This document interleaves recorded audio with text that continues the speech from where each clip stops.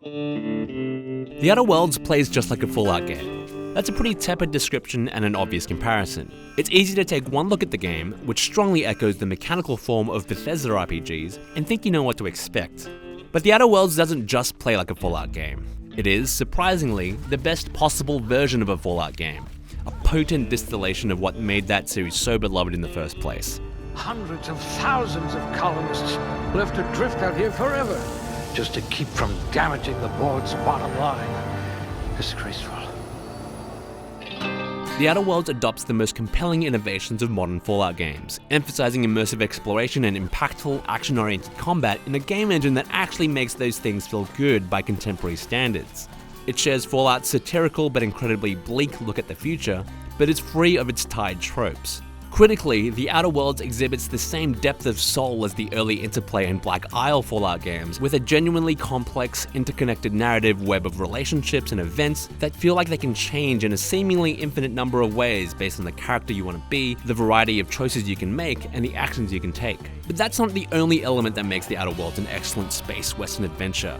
It's just the incredibly sound foundation that elevates the game's great world building, wonderful characters, and multi-layered quest design, on top of punchy combat and consistently sharp writing. Job assessment. It's a mess! In The Outer Worlds, you are just one of thousands of people left in hibernation on an abandoned colony ship when a scientist of possibly ill repute frees you and enlists your help in saving the rest of your frozen peers. After a rigorous character creation process involving a slew of variable attributes, perks, and aesthetic customization, you crash land on a planet alone, and from there, how you make your mark on the Halcyon system is up to you. The crux of the sci-fi setup is that, among other things, the Halcyon system is owned and run entirely by a board of corporations, and their presence is a big deal. Corporate capitalism so deeply affects everything in The Outer Worlds, and explorations into how it can affect society on a variety of levels is a surprisingly well-considered constant, despite the semblance of parody. You'll meet sympathetic workers whose livelihoods are only made possible by offering themselves to exploitation and indentured servitude, white-collared outlaws who are more bureaucrats than pirates, and well-meaning middle managers who are just trying to change the corporate machine from the inside. You'll find moderates, idealists, extremists, and most things in between and around the fringes, all of whom have their own feasible ideas about how to best serve the colony or themselves. By the time the climax hits, it's clear that The Outer Worlds has its own stance on this bleak future, but that doesn't stop the world it creates, the sojourns you take, and characters you meet along the way from being any less fascinating. Now, there are plenty of characters in The Outer Worlds who I didn't like. Reed Thompson, for example, is a sniveling factory chief in the early hours of the game who I didn't have to think twice about undermining. And Felix, one of your potential companion characters, had such an annoyingly naive personality I avoided talking to him as much as possible.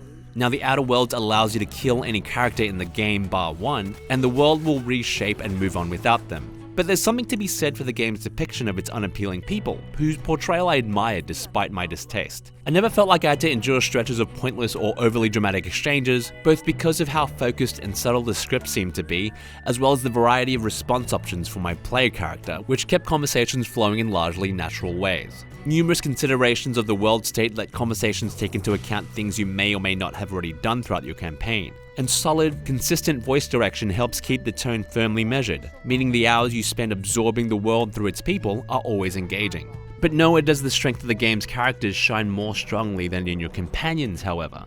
Crew report. Bioka is drunk. Surprise.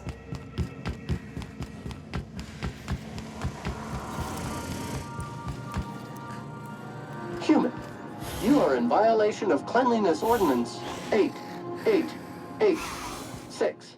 You have the option to recruit 6 predetermined characters to accompany and assist you in your adventures who instantly feel like fleshed out characters of their own accord, not simply like they exist to revolve around you. They'll converse privately with each other and chime in on conversations you have with other characters in the world, acting as sounding boards during key moments. Life is fated and unstoppable. And you're unshut-upable.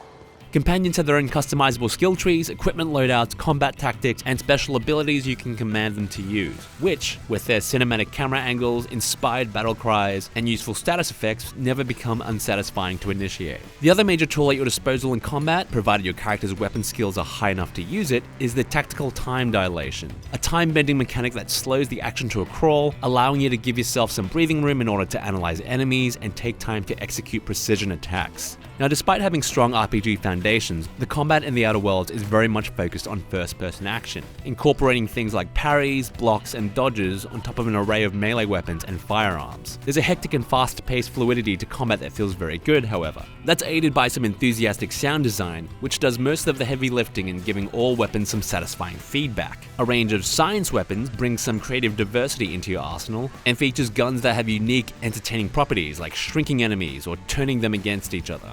The only problem with combat is that on the game's recommended regular difficulty, it eventually turns into a cakewalk.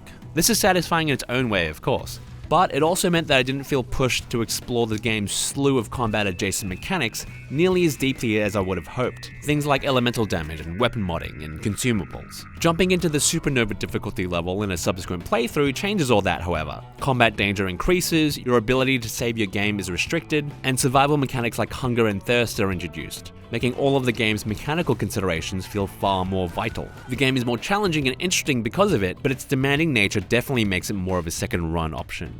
Of course, toe-to-toe combat is not the only solution to your problems.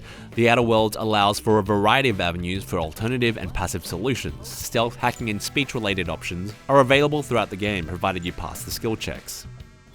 Sublight? Ugh. I hate it when you outlaws organize. The paperwork for killing you would be the death of me. It's nigh impossible to complete the game without getting into at least some combat, unfortunately, but to the game's credit, virtually every quest in the game, big or small, features branching options in terms of their paths to success and how you deal with the big final choices you have to make to resolve disputes, which are often deliciously grey. When you hit the end, the game runs through a whole slew of epilogues that describe how you resolve the game's numerous major variables and what became of them. And being shown all your exploits after some 30 hours makes the whole journey and your unique path through it really feel quite meaningful. I finished the Outer Worlds wanting more, eager to jump back into the world to see extra things. It's not a short game, but it's one packed with such a steady stream of wonderful characters to meet, interesting places to explore, and meaningful multi-layered quests to solve that it didn't feel like there was any room to get tired of it. The Outer Worlds is consistently compelling throughout, and it's a superb example of how to promote traditional RPG sensibilities in a sharp, modern experience. Now playing a Spacer's Choice advertisement jingle. It's not the best choice. It's Spacer's Choice. Everyone in Halcyon is contractually obligated to label this or another board-certified jingle their favorite song.